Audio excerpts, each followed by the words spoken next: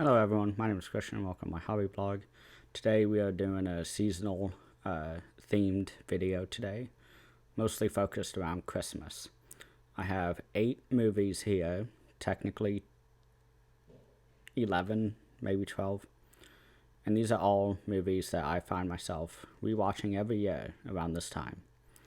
And so, without further ado, let's go on. But it should be noted that the first 3 that I'm going to be talking about are not strictly Christmas-themed movies. These are just movies that I find very great to watch during this season of cold, of snow, of kind of the holiday cheer, but without the specific holiday of Christmas being involved. So the first thing that comes to mind when it comes to the Christmas holidays is, of course, Lord of the Rings. This is the time when I rewatch all of them.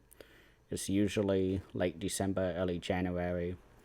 I plan on, when I move out, to rewatch them all during one of my days off, and maybe herald in the new year with Lord of the Rings. I've discussed about how much I love this movie, because in my view, all 3 of them should be viewed together in one sitting, extended cuts only, 12 hours exactly, if you factor in loading the different discs and doing all that. This is the most comfortable movies ever. It's like putting on a warm blanket for me, and what better way to complement that than actually wrapping a blanket around you against the winter and just sitting down and watching these all day while having warm soup, warm bread, meat and cheese with crackers, like anything really greatly enhances this trilogy in this time of year. So I cannot wait to rewatch them this year. And that was our first one. Our next one is one that I think utilizes the colors of red and green the most, so it kind of fits. You have that very mystical fairy tale type of setting and feeling throughout this movie. And of course, I'm talking about Dario Argento's Suspiria. This is a favorite of mine. It's probably my favorite Dario Argento. I mean, here's the original cover. I have it on 4K. The colors really pop. We have a ghost story and supernatural bits throughout the entire film. It's really great to watch when it's cold outside and cloudy and just disgusting. This movie highly complements the season, in my opinion. I love rewatching this around this time of year, or in January when it's cold and we start to have lots of days off because of snow days, or because school doesn't start back up, or in my case, we're not going to have as many days off as usual, but we still have a couple days off due to holidays and the New Year's. So Suspiria is a great choice for this time of year. And of course, the final non-Christmas movie that I love watching at this time of year is one I just watch all year long anyways, but especially this time, John Carpenter's The Thing. This is quintessential, in my opinion, to the season. Very wintry, very cold, very claustrophobic, lots of scary sequences that can only occur during the winter. And pair that up with a alien life form that is constantly imitating other life in order to survive. What a great movie for this time of year. I love The Thing. It's my favorite John Carpenter film. I cannot stop watching it. The commentary track on this release is phenomenal with Kurt Russell and John Carpenter. They are probably the funnest commentary people to listen to ever, aside from maybe David Cronenberg. He's more fun in the sense that he always has just so much insight, but The Thing is so perfect for this time of year. But that is the last non-Christmas related movie. that I think this year, this time of year, calls for.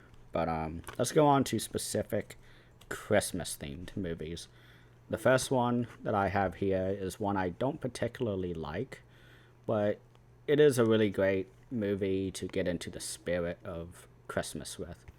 And this is a Vinegar Syndrome release. This is, of course, 1996, so same year I was born, Jack Frost. This movie is all about a serial killer who is killed and he inhabits a snowman in order to inflict revenge on the people who killed him. And I love the premise of this movie. I don't know. It's just, it has that 90s horror vibe where you don't really know, like, if they're trying to be goofy or if they're being serious and it just doesn't land. So I watched this for the first time last year when I got the Vinegar Syndrome Black Friday sale items. And I was pretty underwhelmed after watching this, but I really liked the Jack Frost character of the possessed snowman who is killing people in this small town. It has lots of promise. I need to rewatch it. It's been a year, so again, this is the week of Christmas, so I'm going to rewatch this and I may do a review, who knows. But Jack Frost is my first Christmas-themed movie to watch this year. The next one is one I've already seen, and I've reviewed it on the channel, so I'm not going to talk about it much. But this is probably one of the best modern-day Christmas movies. And that is Krampus by Michael Dougherty from 2015. So this is the naughty cut, though. Do not watch the theatrical. I mean, you can. But this one is much better, in my opinion. It rounds out a lot of the movie, a lot of the issues that I had with the theatrical cut. But this has it all in terms of Christmas theme. You have Evil Santa, you have fun toys, you have snow, you have cousins that come over and cause a lot of issues for our, hero's family. This is just a perfect movie to watch during the Christmas season. So, next, I'm going to talk about one that completely shocked me when I watched it for the first time last year, and that is 1980s Christmas Evil. A deranged man dresses up as Santa because he doesn't believe people are celebrating the Christmas spirit enough. So he dresses up as Santa and hunts down naughty people. And this movie is so funny.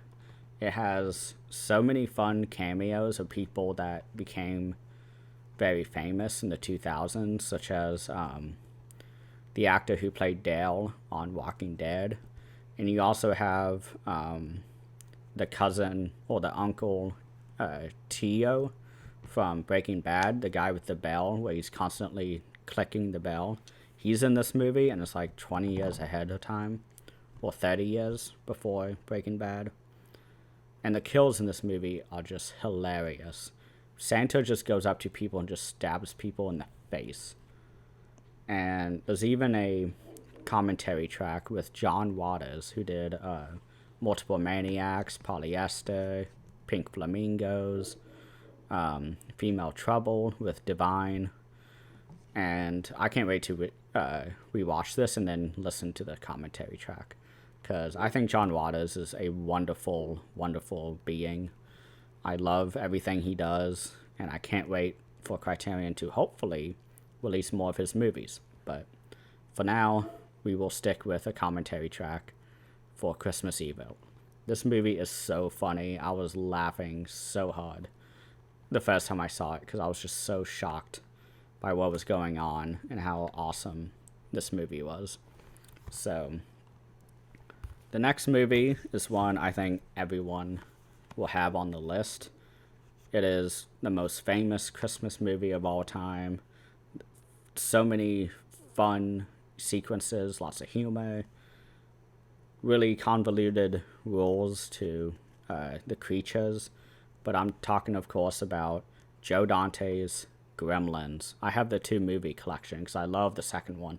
Second one is better in my opinion, but the first one is the Christmas movie that I think everyone should watch in this time of year. Gremlins is just so awesome, and it's just a perfect movie in my opinion. And the second one is just phenomenal. I love Gremlins so much. You have Kathy Bates. What's her name? Phoebe Cates. You have Zach Galligan, who plays our main character. You have Corey Feldman, who is depressing to watch, knowing how kind of fucked up he becomes as he ages. You have Dick Miller, a regular for Joe Dante. Dick Miller in these movies are so funny. And you also have Mike Ehrmantraut from Better Call Saul and Breaking Bad in this movie. He plays a cop, and it makes me laugh every time I watch this and he's in it, because he's pretty young when he started in this movie. He's in his 20s, maybe late 20s. And I always think to myself, like, after the Gremlins incident, he moves to Albuquerque just to get away, and then ends up getting involved in all the stuff that he has to do with Breaking Bad and Better Call Saul.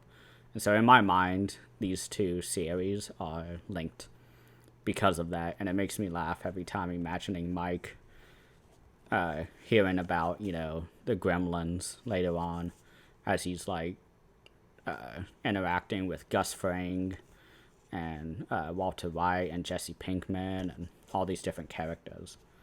But yeah, Gremlins is a perfect movie in my opinion. No other movie reaches such heights. But I think the best Christmas movie in terms of personal enjoyment is, of course, Deadly Games, aka Dial Code Santa Claus. This movie is what Home Alone stole from. And there's a really fascinating documentary, it's about an hour and a half, that the director made for this specific release by Vinegar Syndrome.